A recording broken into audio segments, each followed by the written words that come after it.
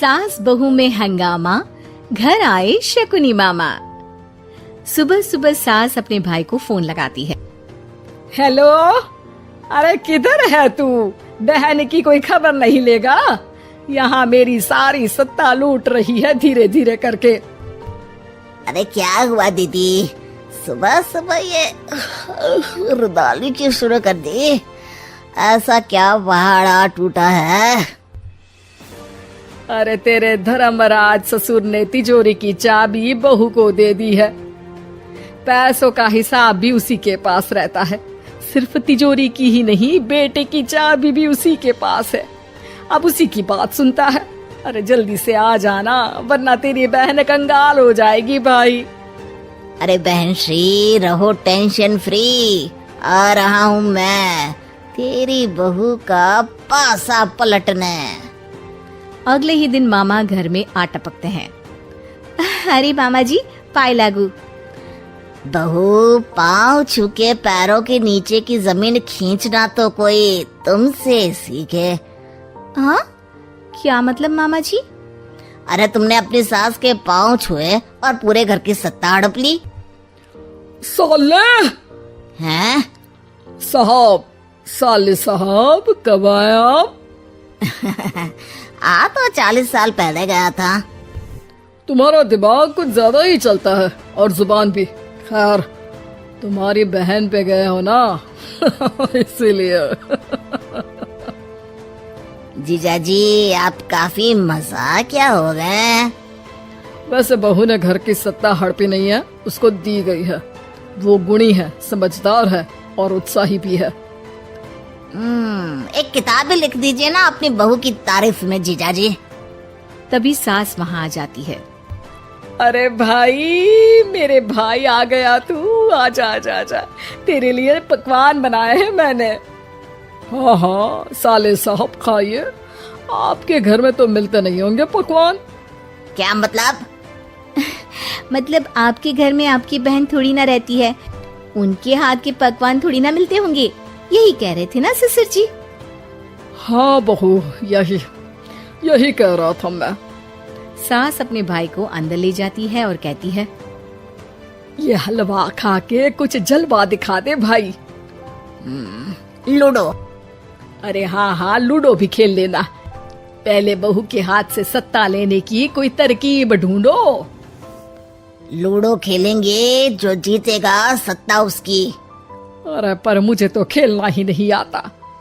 तू बस चाल चलना, पासे तो मैं फेंकूंगा और मेरे हाथ से फेंका गया पासा मेरी मर्जी के खिलाफ नहीं आता।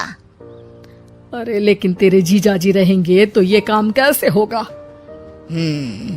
हर रविवार जीजाजी शाम को अपने दोस्तों के साथ बैठने जाते हैं। वहाँ उनकी महफिल जमेगी और यहाँ बहू के महफिल उजड़ जाएगी।